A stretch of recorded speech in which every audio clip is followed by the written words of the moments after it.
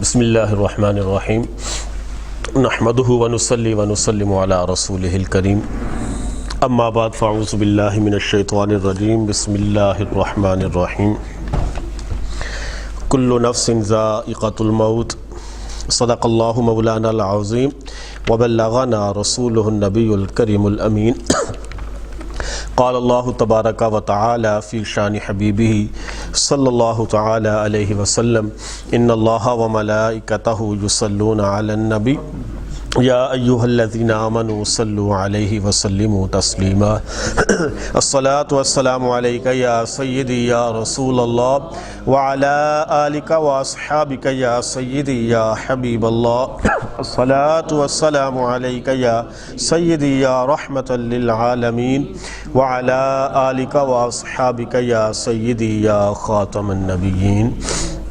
اللہ رب العالمین احکم الحاکمین کی حمد اور ثنا اور حضور پر نور شافی یوم النشور سرور کائنات مفخر موجودات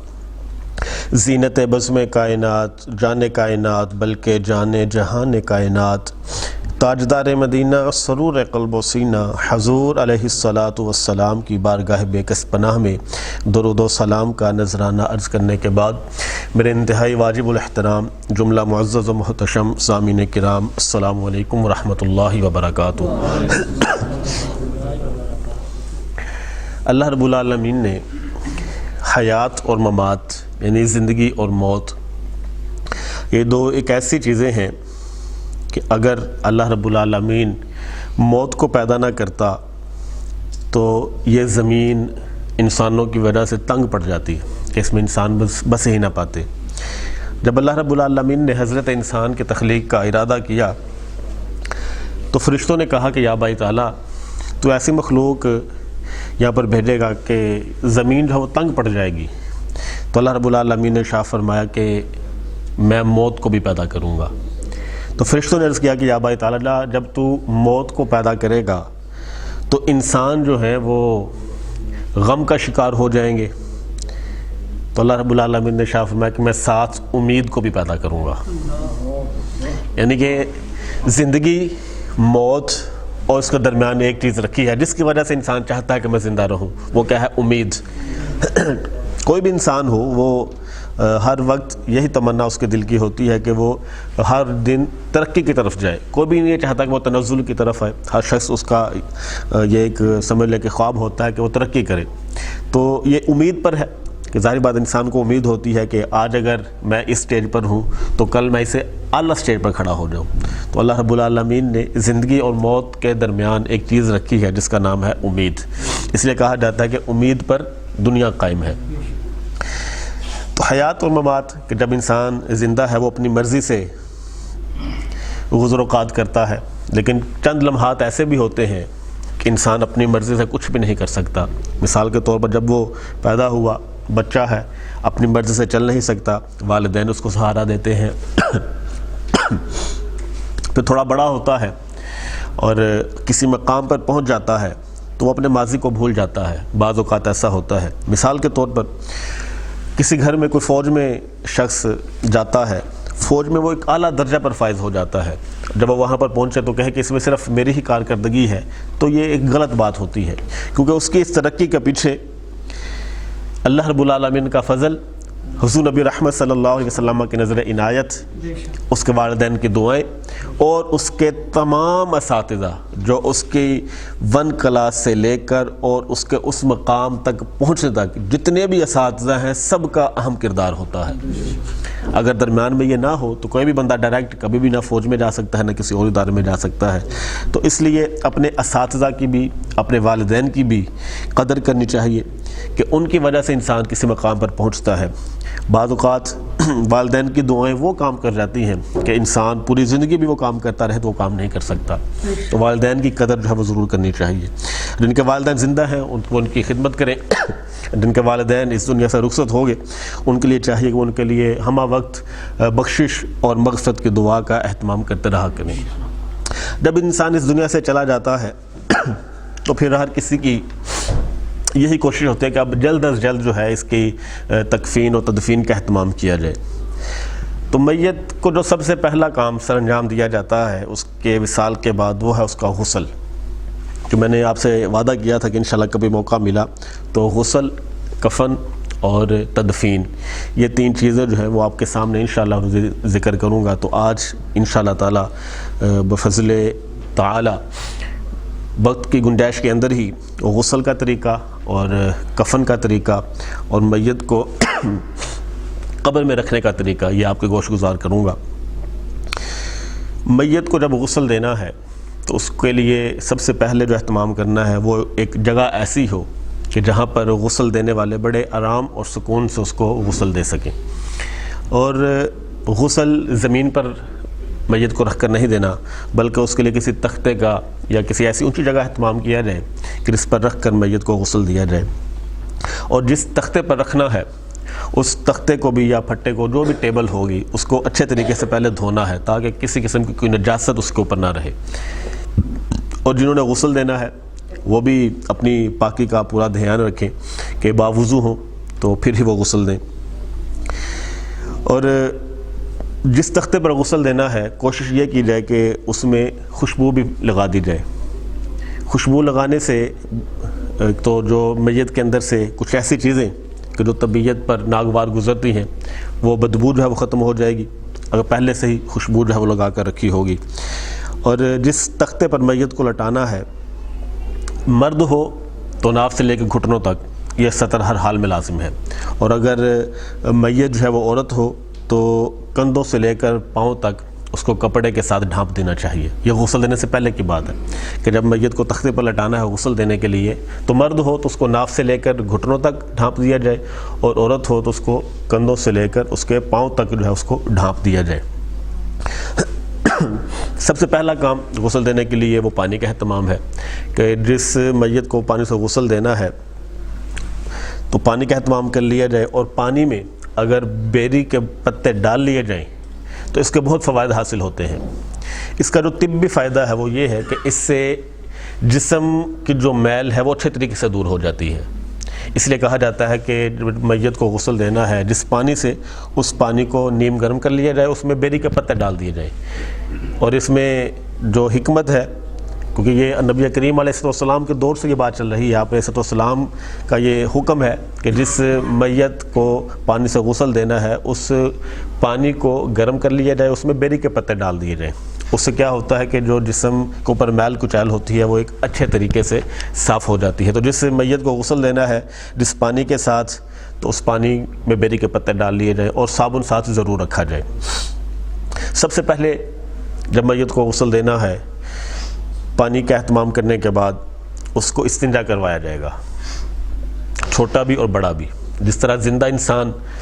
استنجا کرتا ہے ایسے ہی میت کو بھی استنجا کروایا جائے گا۔ اس کا طریقہ کار یہ ہوگا کہ میت کو جس تختے پر رکھا ہے اس تختے پر لٹا کر ہلکے ہلکے ہاتھ کے ساتھ، نرم ہاتھوں کے ساتھ اس کے پیٹ کے اوپر اپنے ہاتھ کو پھیرا جائے گا، نرم، سختی کے ساتھ نہیں، نرمی کے ساتھ، اور ساتھ میں وہ 3 تھیلیاں بنا لی جائیں پہلے سے ہی۔ آج کل چونکہ ایڈوانس دور ہے تو پلاسٹک کی تھیلیاں مل جاتی ہیں، وہ سب سے بہتر ہیں۔ تو دایاں ہاتھ اس کے پیٹ پر پھیرا جائے اور بائیں ہاتھ کے ساتھ جو بھی مواد اس کے جسم سے نکلے اس کو صاف کیا جائے۔ تو یہ اس کو پہلے استنجا کروایا جائے گا۔ زیادہ سختی کے ساتھ نہیں کرنا، اگر سختی کے ساتھ کریں گے تو جسم کے پھٹ جانے کا بھی خطرہ ہوتا ہے۔ ایسے اس کے بعد سطر کو چونکہ چھپانا ضروری ہے، اور جو میت کو غسل دے وہ بھی سطر کو نہ دیکھے، یہ بھی حکم ہے۔ 4-6 بندے ساتھ ہوں جو اس کے اوپر پردہ کیے ہوں، اور سائڈوں پر بھی اگر ایسی جگہ پر ہے کہ جہاں پر لوگوں کے آنے جانے کا خوف و خطرہ ہو تو سائڈوں پر بھی بندے کچھ چادر لے کے کھڑے ہو جائیں، اور 4-6 بندے میت کے اوپر کھڑے ہو جائیں سائڈوں پر بالکل، تاکہ اس کے اوپر وہ پردہ کیے رکھے ہوں، اور جو شخص غسل دے رہا ہو وہ بھی پہلے سے میت کے اوپر جو ہے، اگر مرد کی میت ہے تو ناف سے لے کے گھٹنوں تک پہلے سے ہی اپنا کپڑا رکھے تاکہ اس کی نظر جو ہے اس کے اس حصے پر کہ جو شریعت نے منع کیا اس پر نہ پڑے۔ حضرت علی المرتضیٰ شیر خدا رضی اللہ تعالیٰ عنہ روایت کرتے ہیں، فرماتے ہیں کہ نبی کریم علیہ السلام نے ارشاد فرمایا کہ لا تبرز فاخذک ولا تنظر الی فاخذ حی ولا میت، کہ اپنی ران مت کھولو اور زندہ اور میت کی ران کی طرف بھی مت دیکھو، یعنی کہ زندہ شخص ہو یا میت ہو تو اس کے ران کو دیکھنے کی ممانعت ہے۔ یہ حضرت علی المرتضیٰ شیر خدا رضی اللہ تعالیٰ عنہ سے روایت ہے۔ اور جو غسل دینے والا شخص ہے اس کے بارے میں بھی آپ علیہ الصلوۃ والسلام کی حدیث پاک ہے۔ آپ فرماتے ہیں غسل دینے والا شخص کیسا ہونا چاہیے؟ آپ علیہ الصلوۃ والسلام نے ارشاد فرمایا کہ لیغسل موتاکم المأمونون، کہ میت کو غسل دینے والے لوگ قابل قدر، قابل اعتبار اور امین قسم کے لوگ ہوں، کہ جو لوگوں کی نظروں میں اچھے ہوں، لوگ ان کے اوپر اعتبار کرتے ہوں۔ میت کو غسل دینے والے ایسے لوگ ہونے چاہیے، کیونکہ اگر وہ اس میں کوئی عیب دیکھیں گے تو اس عیب کو چھپا لیں گے، اور اگر کوئی اچھی چیز دیکھیں گے تو وہ لوگوں کے سامنے اس کو بیان کریں گے۔ تو یہ غسل جو دینے والا ہو میت کو، اس کے اندر یہ خوبی ہونی چاہیے کہ اگر وہ میت کے اندر کوئی عیب دیکھے تو اس عیب کو چھپائے، اور اگر کوئی اچھی چیز دیکھے تو اس چیز کو لوگوں کے سامنے نشر کرنا چاہیے۔ اب دیکھیں کہ کتنا ہمارا پیارا مذہب ہے کہ جو مردوں کے عیب بھی چھپانے کا حکم دیتا ہے۔ تو جو اسلام مردہ لوگوں کے عیب چھپانے کا حکم دیتا ہوگا، وہ زندہ لوگوں کے عیب چھپانے کا کتنا حکم دیتا ہوگا؟ کہ مردہ لوگوں کے کیا عیب ہوگا؟ یہی ہوگا نا کہ اگر اس کے جسم پر کوئی ایسا داغ ہے یا کوئی ایسی چیز نظر آ جاتی ہے تو اتنا بڑا عیب نہیں، لیکن اگر زندہ لوگ ہوں تو اس کا تو کریکٹر ہر روز لوگوں کے سامنے ہوتا ہے۔ تو اس لیے اسلام جو ہے وہ بڑا پیارا، بڑا میٹھا دین ہے، وہ لوگوں کے عیبوں کے اوپر پردہ ڈالنے کا حکم دیتا ہے۔ حضرت عبداللہ بن عمر رضی اللہ تعالیٰ عنہما سے روایت ہے، آپ فرماتے ہیں کہ نبی کریم علیہ الصلوۃ والسلام نے ارشاد فرمایا کہ اذکروا محاسن موتاکم، کہ اپنے مردوں کا ذکر اچھے طریقے سے کرو، اچھے انداز سے کرو، وَقُفُّوا عَن مَسَاوِيهِمْ، اور ان کی برائیاں بیان کرنے سے باز رہو۔ بعض اوقات میت اگر 3-4 دن ایسے ہی پڑی رہے تو اس کا جسم پھول جاتا ہے، تو یہ بھی ایک عیب کے زمرے میں آ جاتا ہے۔ تو اگر ایسا عیب ہو تو اس عیب کو چھپا لینا چاہیے۔ تو یہ بیان نبی کریم علیہ الصلوۃ والسلام کا ہے کہ اس کے محاسن لوگوں کے سامنے بیان کیے جائیں اور اس کے عیبوں کے اوپر پردہ ڈالا جائے۔ ایسے یہ ایک اور حدیث پاک ہے، نبی کریم صلی اللہ تعالیٰ علیہ وسلم نے ارشاد فرمایا کہ لا تذکروا حلقاکم الا بخیر، کہ اپنے فوت شدہ لوگوں کا ذکر بھلائی کے ساتھ کرو، یعنی کہ ان کے عیب لوگوں کے سامنے بیان نہ کرو۔ جیسا کہ میں نے مسائل میں عرض کیا تھا، اس حوالے سے حدیث پاک بھی آ گئی کہ گرم پانی سے غسل دیا جائے، اس سلسلہ میں حدیث پاک بھی ہے۔ حضرت ام قیس رضی اللہ تعالی عنہا وہ روایت کرتی ہیں، فرماتے ہیں کہ میرا بیٹا فوت ہو گیا تو میں ان کے اوپر رونا شروع ہو گئی۔ ظاہری بات ہے، ماں ہو تو ماں اپنے بیٹے کے وصال پر روتی ہے۔ تو فرماتی ہیں کہ جب میرے بیٹے کو غسل دیا جانے لگا تو میں نے اس شخص سے کہا کہ جو غسل دے رہا تھا، وہ غسل دے رہا تھا ٹھنڈے پانی کے ساتھ، تو آپ رضی اللہ تعالیٰ عنہ نے اس کو کہا کہ میرے بیٹے کو ٹھنڈے پانی سے مت مار، یعنی کہ ٹھنڈے پانی سے غسل نہ دے۔ یہ بات نبی کریم علیہ الصلوۃ والسلام کی بارگاہ میں پہنچی تو آپ علیہ الصلوۃ والسلام کو جب بتایا گیا کہ ام قیس رضی اللہ تعالیٰ عنہ نے یہ بات کی ہے کہ میرے بیٹے کو گرم پانی کے ساتھ غسل دیا جائے، تو اس پر نبی کریم علیہ الصلوۃ والسلام مسکرائے، تبسم فرمایا اور فرمایا کہ اللہ رب العالمین ام قیس رضی اللہ تعالیٰ عنہ کی عمر کو دراز فرمائے کہ انہوں نے اتنی اچھی بات کہی ہے کہ میت کو گرم پانی کے ساتھ غسل دیا جائے۔ تو صحابہ رضوان اللہ تعالیٰ علیہم اجمعین بیان فرماتے ہیں کہ نبی کریم علیہ الصلوۃ والسلام نے ام قیس رضی اللہ تعالیٰ عنہ کو لمبی عمر کی دعا دی، تو فرماتے ہیں کہ جتنی عمر انہوں نے پائی ہماری زندگی کے اندر کسی اور کو اتنی عمر جو ہے وہ نصیب نہیں ہوئی تھی، کیونکہ نبی کریم علیہ الصلوۃ والسلام نے دعا فرما دی تھی۔ اچھا، جب غسل دینا ہے تو غسل سے پہلے آپ نے استنجا کروا دینا ہے اور پھر وضو بھی کروایا جائے، جس طرح عام وضو کیا جاتا ہے۔ زندہ آدمی تو اب ناک میں پانی ڈال لیتا ہے، کولی بھی کر لیتا ہے، لیکن میت کے لیے یہ کام کرنا ناممکن ہوتا ہے۔ تو اس کے لیے کیا ہے، اس کے لیے روئی کو گیلا کر کے اس کے ناک میں بھی ڈال دیا جائے، اس کا ناک جو ہے وہ صاف کیا جائے، اور ایسے ہی اس کے ہونٹوں کے اوپر جو ہے وہ روئی کو گلا کر کے اس کے ہونٹوں کے اوپر مار دیا جائے، تو یہ ایک کلی جیسا کام کرے گی۔ اور غسل جو ہے وہ دائیں طرف سے کیا جائے، اس کے بارے میں روایات موجود ہیں۔ حضرت ام عطیہ رضی اللہ تعالیٰ عنہ فرماتی ہیں کہ نبی کریم صلی اللہ تعالیٰ علیہ وسلم نے اپنی بیٹی ام کلثوم رضی اللہ تعالیٰ عنہ کے غسل کے بارے میں ان خواتین کو کہ جو آپ کو غسل دے رہی تھی ان سے فرمایا کہ دائیں طرف کے اعضاء اور وضو کے مقامات سے شروع کرنا، یعنی آپ علیہ السلام کا حکم ہے کہ جب میت کو غسل دینا ہے تو دائیں طرف سے شروع کرنا ہے۔ جس تختے پر لٹا دیا گیا اب یہ حصہ دایاں ہے، یعنی کہ جو غسل دینے والا شخص ہے وہ میت کے دائیں طرف آ جائے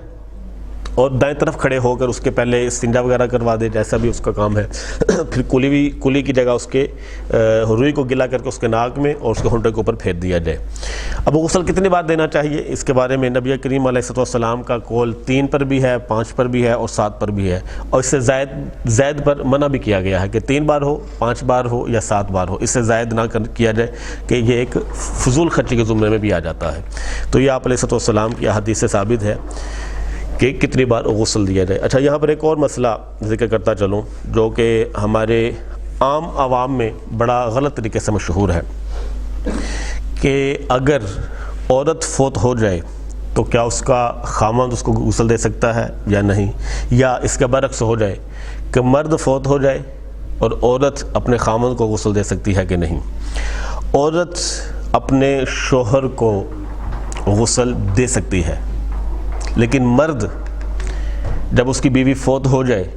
تو اپنی بیوی کو غسل بھی نہیں دے سکتا اور چھو بھی نہیں سکتا۔ دیکھنا جائز ہے، کندھا بھی دے سکتا ہے، جب عام بندہ کندھا دے سکتا ہے تو اس کا خاوند بھی کندھا دے سکتا ہے۔ تو اس سلسلہ میں یہ یاد رکھیں کہ اگر خاوند فوت ہو جائے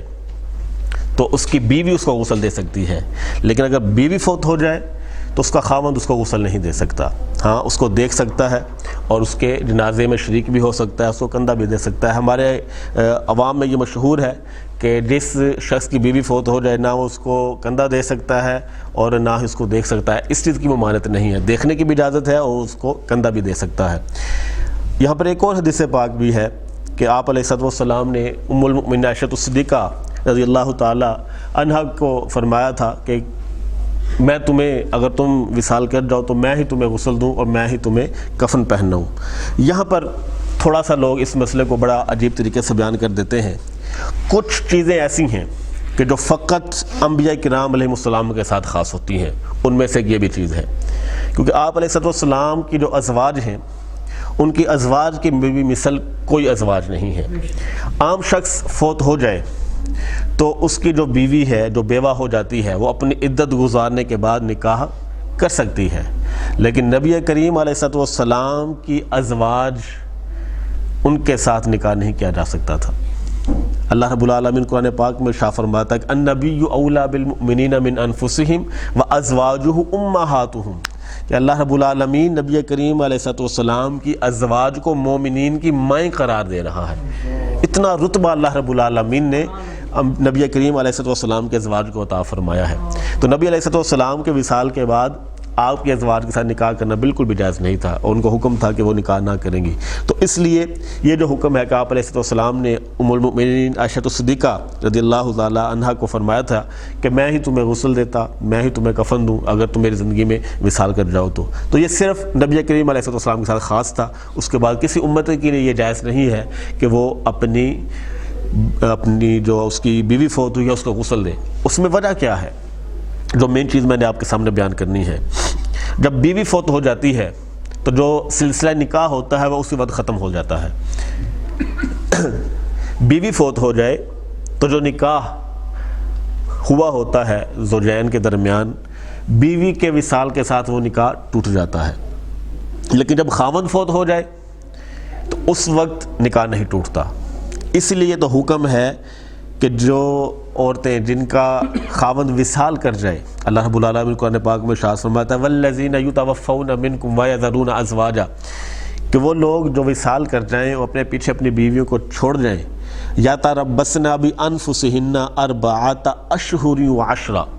وہ عورتیں اپنے آپ کو 4 ماہ اور 10 دن تک روکے رکھیں۔ یہ حکم اس لیے ہے، ان کا نکاح نہیں ختم ہوتا جب تک عدت نہ گزر جائے۔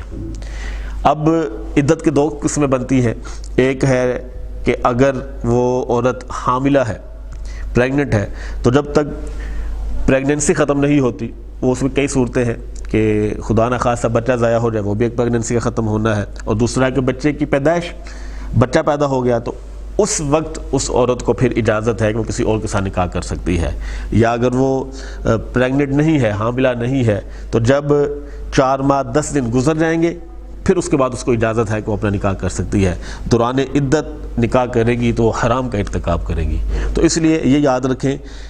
صرف ایک چھوٹا سا قانون کہ جب خاوند فوت ہو جائے تو نکاح نہیں ٹوٹتا،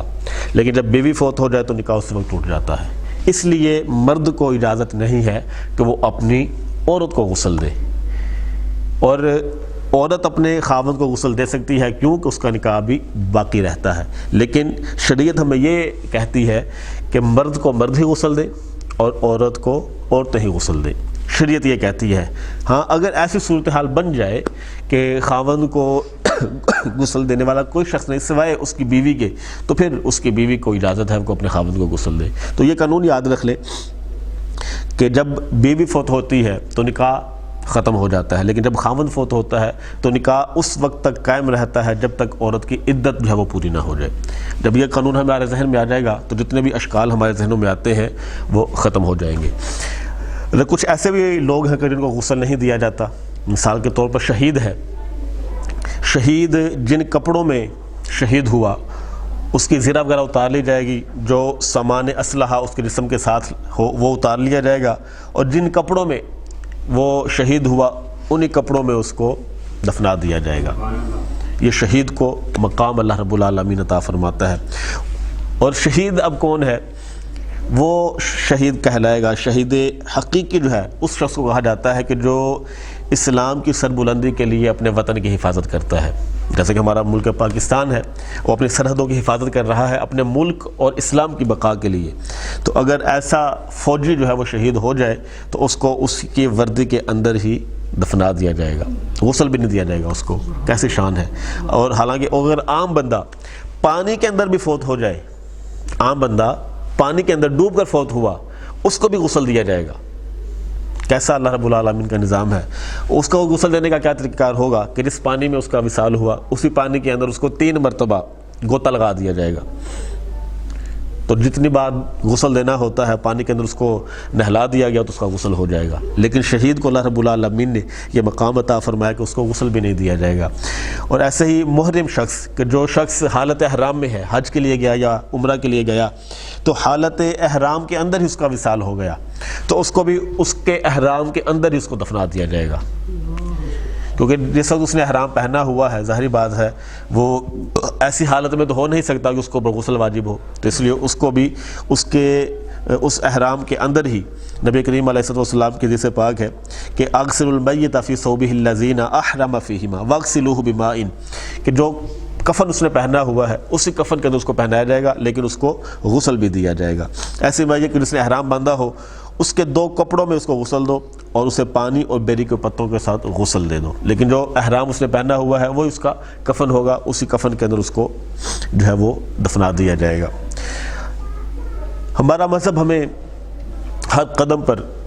نیکی کرنے کے ذرائع جو ہے وہ مہیا کرتا ہے۔ اب جو شخص غسل دینے والا ہے اس کی کتنی شان ہے! حضرت علی المرتضیٰ شیر خدا رضی اللہ تعالیٰ عنہ سے روایت ہے، فرماتا ہے کہ نبی کریم علیہ السلام نے ارشاد فرمایا کہ من غسل میتا وکفنہ، کہ جو غسل دینے والا شخص ہے اس نے جب کسی میت کو غسل دیا، اس کو کفن پہنایا، وحملہ، اس کو اٹھایا، یعنی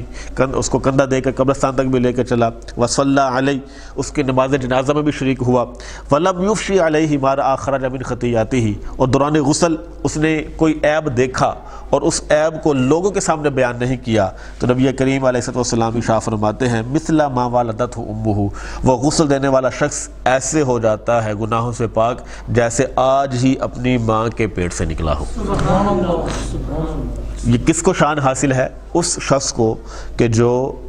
میت کو غسل دے، اس کے جنازہ میں شریک ہو اور اس کے اندر کوئی اگر اس نے عیب دیکھا ہے تو اس عیب کو لوگوں کے سامنے بیان نہ کرے۔ یہ شان اللہ رب العالمین نے حاجی کو عطا کی ہے اور یا پھر غسل دینے والے کو، کہ جو شخص حج کرتا ہے اور دوران حج نبی کریم علیہ السلام ارشاد فرماتے ہیں من حج للہ فلم یرفث ولم یفسق، دوران حج اس نے کوئی فسق و فجور کا کام نہیں کیا تو وہ جب حج کر کے واپس آتا ہے تو راجع کیوم ولدتہ امہ، وہ ایسے ہو جاتا ہے جیسے آج ہی اپنی ماں کے پیٹ سے نکلا ہو۔ حاجی کو یہ شان حاصل ہے، اور یا پھر جو شخص میت کو غسل دے اس کو اللہ رب العالمین نے یہ شان عطا فرمائی ہے۔ اچھا، اب میت کے بارے میں مزید کچھ مسائل وہ آپ کی گوش گزار کر دوں۔ عورتوں کے بارے میں سنت یہ ہے کہ اس کے بالوں کے 2 حصے کیے جائیں گے اور اس کے جو بال ہے اس کو سامنے رکھا جائے گا، بعض خواتین جب غسل دیتی ہیں تو ظاہری بات ہے مسائل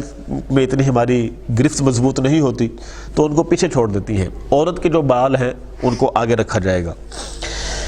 ایسے ہی 1 مرتبہ سارے جسم کے اوپر پانی بہانا فرض، 3 مرتبہ سنت اور 7 مرتبہ تک جائز ہے، اس کے اوپر جائز نہیں، جیسا کہ حدیث پاک آپ کے سامنے بیان کی کہ آپ علیہ السلام نے حکم دیا تھا کہ میت کو 3 بار، 5 بار یا 7 بار، اس سے زائد جائز نہیں ہے کہ وہ ایک فضول خرچی کے زمرے میں آ جاتا ہے۔ ایسے جو شخص غسل دے وہ بات طہارت ہونا چاہیے، اس کو نہ تو وہ بے وضو ہو نہ ہی وہ حالت جنوب میں ہو، اور سب سے بہتر یہ ہے کہ غسل دینے والا شخص میت کا سب سے قریبی رشتہ دار ہو۔ مثال کے طور پر اگر والد فوت ہوا ہے تو اس کا بیٹا زیادہ حق رکھتا ہے، ایسے ہی اگر اولاد میں سے کوئی فوت ہوا، والدین زندہ ہیں تو والدین اگر حیات ہیں، بیٹا ہے تو والد زیادہ حق رکھتا ہے کہ وہ اپنے بیٹے کو غسل دے، اور اگر بیٹی فوت ہوئی ہے تو والدہ کو زیادہ حق ہے کہ وہ اپنی بیٹی کو غسل دے۔ تو جتنا قریبی رشتہ دار ہوگا وہ غسل دینے والا ہونا چاہیے۔ سردیاں ہوں یا گرمیاں ہوں، دونوں موسموں میں جب میت کو غسل دینا ہے تو نیم گرم پانی، جیسا کہ میں نے پہلے ذکر کیا کہ سردیاں ہوں یا گرمیاں ہوں، غسل جو ہے وہ گرم پانی سے ہی دیا جائے گا۔ نہلانے والے کے قریب خوشبو لگانا یہ مستحب عمل ہے، اچھا عمل ہے۔ جنبی آدمی یا حیض و نفاس والی عورت کا انتقال ہوا تو ان کو ایک ہی غسل جو ہے وہ کفایت کر جائے گا۔ مثال کے طور پر بعض اوقات انسان ایسی حالت میں بھی اس کو موت آ جاتی ہے کہ اس کے اوپر پہلے سے ہی غسل واجب ہو جاتا ہے، اور ایسی صورت میں اگر اس کا وصال ہو گیا تو وہی غسل جو اس میت کو ایک غسل دیا جاتا ہے وہ اس کے لیے کافی ہو جائے گا، اس کو 2 بار غسل دینے کی ضرورت نہیں ہے۔ میت کو غسل دینے کے لیے بیری کے پتوں کو پانی میں جوش دے لینا چاہیے، کیونکہ بیری کے پتوں سے میل جو ہے وہ خوب صاف ہو جاتا ہے، جیسا کہ میں نے پہلے ذکر کیا۔ اور بیری کا استعمال پہلی بار میں سنت، یعنی کہ جب پہلی بار، جس آج کل چونکہ شاور سسٹم ہے تو اس سے غسل دیا جاتا ہے، لیکن گاؤں دیہاتوں میں چلے جائیں تو ابھی ادھر ٹب ہوتے ہیں جس میں پانی رکھا جاتا ہے، اس میں سے پانی نکال کر پھر غسل دیا جاتا ہے۔ تو جو پہلی بار پانی استعمال کرنا ہے اس میں بیری کے پتے ملا لینا یہ مستحب اور اچھا عمل ہے، اس کے بعد چاہے نہ بھی کریں تو جائز ہے۔ میت کو غسل دیتے وقت منہ اور ناک میں پانی ڈالنے کی بجائے کپڑا یا روئی وغیرہ کو بھگو کر پہلے اس کے منہ میں پھیر لینا چاہیے، پھر ناک میں، ایسے ہی دائیں اور بائیں جو نتنے ہیں ان کے اندر اس کپڑے کو یا روئی کو جو ہے وہ پھیر لینا چاہیے۔ آخری بار جب میت کو نہلائے، یعنی 3 بار نہانا ہے یا 5 یا 7 بار، جب آخری بار نہلانا ہے تو اس کے اوپر جو پانی بہانا ہے اس میں کافور ایک خوشبو ہے وہ ملا لینی چاہیے۔ جب یہ کریم علیہ السلام کا حکم بھی ہے، آپ فرماتے ہیں کہ کافور آخری پانی میں ملایا جائے۔ جب کافور کی ایک حکمت یہ بھی ہے کہ اس کافور جس جسم کے اوپر لگ جائے کیڑے مکوڑے اس کا قریب نہیں آتے، اس وجہ سے کافور ملا کر پانی میں تو پھر مرد کو جو ہے وہ غسل دیا جائے۔ تو یہ چند ایک مسائل جو بہت ضروری ہیں یہ آپ کے سامنے میں نے گوش گزار کر دی ہے۔ اچھا، میت کا بدن ایسا ہو کہ ہاتھ لگائیں تو کھال اکھڑنے کا خطرہ ہے، جیسا کہ یہاں پر سننے میں آیا تھا کہ کئی اموات ایسی ہوئی ہیں کہ وہ بند کمرے میں ہی رہیں 6 دن 8 دن، وہ تب پتہ چلا کہ جب ان کی اپنا سمیل جو ہے وہ باہر گئی، پولیس والوں کو پتہ چلا تو انہوں نے جا کے میت باہر نکالی۔ اور بعض اوقات اتنے دن جسم پڑا رہے، میت پڑی رہے تو اس کا جسم بھی پھول جاتا ہے، اور جو کھال ہوتی ہے ہاتھ لگائیں تو وہ کھال اتر جاتی ہے۔ اب ایسے شخص کو بھی غسل دینا ضروری ہے، تو اس کے لیے جو اچھا عمل ہے وہ یہ ہے کہ صرف اس کے جسم کو پانی بہا دیا جائے، ہاتھ نہ لگایا جائے، چونکہ ہاتھ لگائیں گے تو ظاہر سی بات وہ کھال اکھڑنا شروع ہو جائے گی تو اس سے جسم جو وہ پھٹ جائے گا، تو اس لیے بہتر یہی ہے کہ اس کے اوپر صرف پانی بہا دیا جائے۔ اچھا، ہمارے ہاں یہ بھی ہے کہ جو شخص فوت ہو جاتا ہے پھر لوگ اس کے کپڑے، بلکہ اس کے گھر والے جو لوگ ہیں بہن بھائی ہوں یا بھتیجے وغیرہ ہوں، تو وہ اپنے فوت شدہ شخص کے کپڑے وغیرہ استعمال نہیں کرتے۔ لیکن اگر اس کے برعکس معاملہ دیکھا جائے، جو اس کی جیولری ہوتی ہے اس کے اوپر سبھی اپنا حق جتاتے ہیں۔ کیسا ہمارا عجیب سا ایک ذہن ہے، کپڑے استعمال نہیں کرنے، جو جیولری بچ گئی ہے اس کے لیے پھر حصے ڈالنا شروع کر دیتے ہیں۔ تو یا تو پھر جیولری بھی نہ ان کی استعمال کی جائے، جیولری کو بھی تقسیم کر دیا جائے۔ یہ کیا بات ہوئی کہ کپڑے جو ہیں وہ غرباء میں دے دیے جاتے ہیں، اس وجہ سے، اس خوف سے کہ یہ مردے کے ہیں، لیکن جو جیولری وغیرہ ہوتی ہے انسان اس کو ثواب کی نیت سمجھ کر استعمال کرنا شروع کر دیتا ہے۔ تو 2 رائے نہیں ہونی چاہیے، دونوں کے بارے میں ایک ہی رائے ہونی چاہیے۔ اگر جیولری وغیرہ استعمال کر سکتے ہیں تو پھر اس کے کپڑے بھی استعمال کرنے چاہیے، تو اس میں کوئی مذائقہ نہیں ہے، بلکہ اچھا عمل یہی ہے کہ انسان باہر اگر کسی کو دینے ہیں تو اس سے بہتر ہے کہ انسان خود ہی استعمال کر لے۔ ایسے عورت کا انتقال ہوا، یہ بڑا اہم مسئلہ، عورت کا انتقال ہوا اور وہاں پر کوئی عورت نہیں ہے کہ اس کو نہلائے، تو پھر کیا کیا جائے؟ اس صورت میں یہ ہے کہ اس کو تیمم کرا دیا جائے، اور تیمم کرانے والا شخص محرم ہو جو اس کے صرف ہاتھوں کے ساتھ تیمم کروا دے، تو یہ تیمم بھی غسل کے لیے کفایت کر جائے گا۔ ایک اور بڑا مسئلہ، اب جس ملک میں ہم رہ رہے ہیں چونکہ یہ غیر مسلم ملک ہے اور میجورٹی بھی غیر مسلم کی ہے، ہم لوگ بالکل مائنورٹی میں ہیں۔ اب کوئی شخص فوت ہوا ہے، وہ مسلمان، لیکن اس کی جو حرکات و سکنات ہیں وہ مسلمانوں والی نہیں۔ مثال کے طور پر کڑا پہنا ہوا ہے، زنجیری پہنی ہوئی ہے، 3-4 انگوٹھیاں پہنی ہوئی ہیں۔ مرد کے لیے صرف ایک چاندی کی انگوٹھی جس کا وزن بھی ایک مقدار ہے اتنا ہو، اور ایک ناگ والی صرف پہننا جائز ہے۔ اس کے علاوہ گولڈ استعمال کرنا، پیتل، لوہا وغیرہ استعمال کرنا یہ مرد کے لیے جائز نہیں ہے۔ تو اب شریعت اسلامیہ یہ حکم دیتی ہے کہ ایسی جگہ کسی شخص کا انتقال ہوا کہ وہ علاقہ غیر مسلموں کا ہے، اور جو شخص فوت ہوا ہے اس کے بھی جو آثار نظر آ رہے ہیں وہ سارے غیر مسلموں والے ہیں۔ اب خدا نہ خواستہ کوئی مسلمان ہوا اور اس نے کانوں میں بالی بھی پہنی ہوئی ہے، گلے میں اس نے چین بھی پہنی ہوئی ہے، ہاتھوں میں کڑا بھی پہنا ہوا ہے، تو یہ تمام چیزیں غیر مسلموں کی مشابہت میں آتی ہیں۔ اور نبی علیہ السلام کی حدیث پاک بھی ہے کہ من تشبہ بقوم فہو منہم، جو شخص جس قوم سے مشابہت کرتا ہے وہ انہی میں سے ہوتا ہے۔ اب کڑا پہننا بالکل ناجائز ہے، اور بعض صورتوں میں اگر یہ سمجھ کر پہنا جائے کہ وہ فلاں کافر ایکٹر نے پہنا ہوا تو یہ حرام کے زمرے میں بھی آ جاتا ہے۔ ایسے ہی کانوں میں بالی پہن لینا مرد کے لیے بالکل ایک معیوب سا بھی ہے، اور ویسے بھی شریعت اس کی اجازت نہیں دیتی۔ اب ایسا شخص ہے، وہ مسلمان، وہ فوت ہو گیا، اب اس کی بظاہر وضع قطع مسلموں والی ہے ہی نہیں، تو اس کے بارے میں حکم جو ہے وہ یہ ہے کہ ایسا شخص جو ایسے علاقے میں ملے کہ جو غیر مسلموں کا ہے اور اس کی وضع قطع بھی غیر مسلموں والی ہو، تو اس کے ساتھ سلوک بھی غیر مسلموں والا ہی کیا جائے گا۔ دیکھیں کیسا، خدا نہ خواستہ کسی کے ساتھ ایسا معاملہ ہو جائے، اس کی وضع قطع ایسی ہوئی تو پھر کیا بنے گا؟ یہ بڑی سوچ بچار والی بات ہے۔ اور ایسے ہی اگر کوئی شخص غیر مسلم ہے لیکن اس کی وضع قطع مسلمانوں والی ہو تو پھر اس کے ساتھ مسلمانوں والا سلوک کیا جائے گا۔ اور اکثر یہ سوال دیکھنے میں آتا تھا کہ اگر کوئی عورت یا کوئی مرد ایسے علاقے میں فوت ہوا کہ جو غیر مسلموں کا ہے تو اس کے بارے میں جنازے کا کیا حکم ہے یا اس کے ساتھ کیا سلوک کیا جائے گا؟ تو شریعت اسلامیہ یہی کہتے ہیں کہ پہلے تو اس کی بظاہر وضع قطع کا اعتبار کیا جائے گا۔ ایسے ہی جو خواتین وہ اپنے پیشانی کے اوپر وہ لگا لیتی ہیں گول سا نشان، یہ بھی خالصتاً ہندوؤں کی علامت ہے، تو اس سے بھی بچنا چاہیے۔ یعنی ایسے مشابہت نہ اختیار کی جائے کہ جو بالکل یہ پتہ لگے کہ یہ غیر مسلموں والی ہے، وہ حرکات و سکنات اپنائی جائیں کہ جس سے پتہ چلے کہ یہ مسلمان ہے، زندہ بھی مسلمان لگے اور مر کر بھی مسلمان لگے۔ اس لیے کبھی بھی ایسی حرکتیں یا ایسے کام نہیں کرنے چاہیے کہ جس سے یہ پتہ چلے کہ یار یہ پتہ ہی چلا کہ مسلمان ہے یا غیر مسلم ہے، تو یہ اس کے ساتھ بڑا برا سلوک بھی ہو سکتا ہے۔ ایسے جو شخص غسل دیا، جس نے، ہمارے معاشرے میں یہ بات مشہور ہے کہ جو شخص غسل دیتا ہے پھر اس کے اوپر غسل کرنا واجب ہو جاتا ہے، ایسا بالکل بھی نہیں ہے۔ اگر کوئی شخص جس نے غسل دیا ہے وہ باوضو تھا اور اس نے ایسے ہی جنازہ بھی پڑھ لیا تو اس کا نماز جنازہ پڑھنا بالکل جائز ہے۔ ضروری نہیں ہے کہ وہ کپڑے بھی پہنے گا اور غسل بھی کرے گا، یہ بالکل ایک غیر شرعی سی بات ہمارے معاشرے میں مشہور ہے۔ ہاں ایسا ہو کہ دوران غسل وہ غسل دے رہا ہے اور میت سے کوئی ایسی چیز نکلی، پخانہ یا پیشاب وغیرہ نکلا، اب وہ اس کے کپڑوں کے اوپر لگ گیا، اب اس کے کپڑے ناپاک ہوئے ہیں لیکن وہ بے وضو یا ایسا نہیں